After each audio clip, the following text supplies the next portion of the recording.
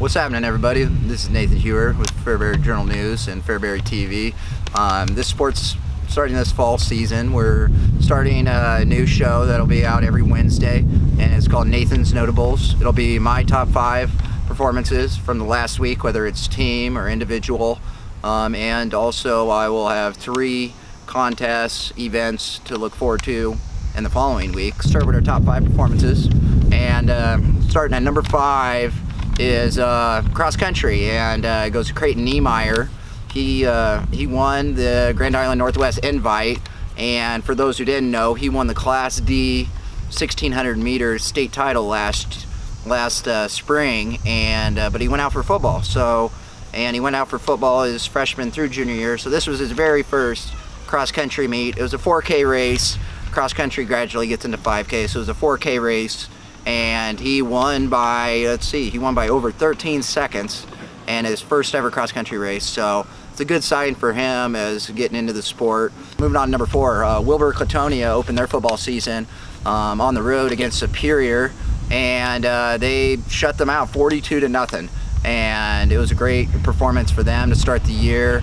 Superior moved up from Class D1, where they were 3-5 a year ago, and Wilbur was, stayed in C2. And impressive stat line, they held Superior offense to 56 yards.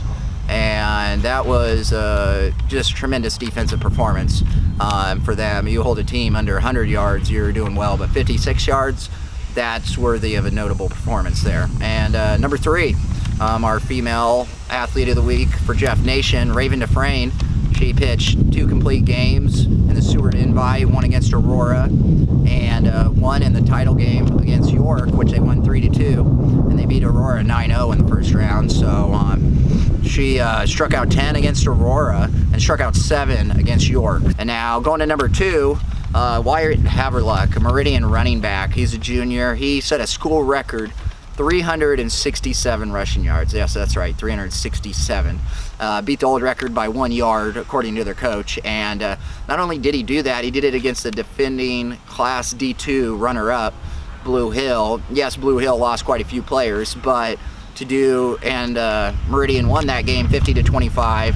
So great sign for Meridian to start the season, and man, that was a heck of a performance. And head coach gave a lot of credit to his O-line as well. They did a great job opening up those holes for him. So all around great performance for Haverluck in that offense. And then the top performance is Ryan Arnold, Diller Odell quarterback.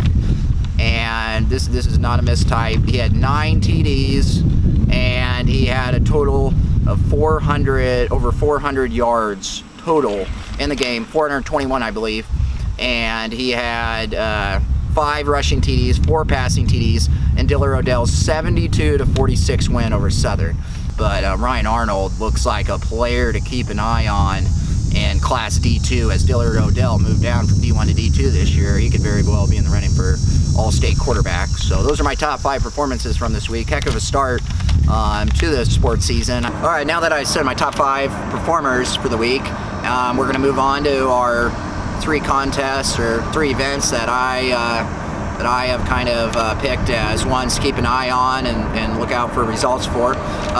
So the first one is Wilbur football. They're ranked number 7 in Class C2 after their first game, and they're going to be facing 3rd-ranked Sutton. And that's their home opener this Friday. That's going to be a heck of a game. And after holding Superior to 56 yards, I want to, it'll be intriguing to see what that defense can do against a quality opponent in Sutton. Second is Fairbury volleyball. They're opening their season against Auburn, who, for those who forgot, they ended Fairbury's season last year in sub-districts and finals. And I talked when I did the volleyball preview this year, I talked with numerous girls, and they said that beating Auburn's their top goal. Now my last thing is the Beatrice Cross Country Invite. It's going to have Tri-County there, and specifically Andy Cook, she placed in Class D, and she'll be facing Syracuse, their Class C runner-up, Ellie Wilkinson. So she's going to get to see where her improvement is at after her first year in high school.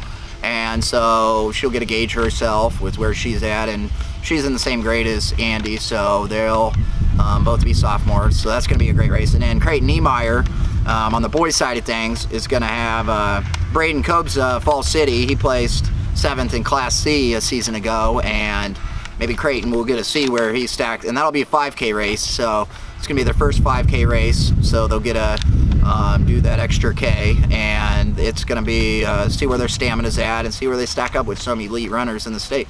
So that's my top 3, and so that'll wrap it up for this week's Nathan's Notables, and be on the lookout next week. And also I wanted to mention, don't forget about the Fairbury Invite softball team plays here on Saturday, and they got the first contest of the event, 9:30 a.m. against Logan View Scribner Snyder, and so that'll be all day Saturday for those who want to come and watch and support them. Stop down to the FJN office and see all our new Jeff's gear for this fall. Hoodies, t-shirts, hats, and more to go out and support your Fairbury Jeffs. All profits will go back to clubs and organizations at FHS.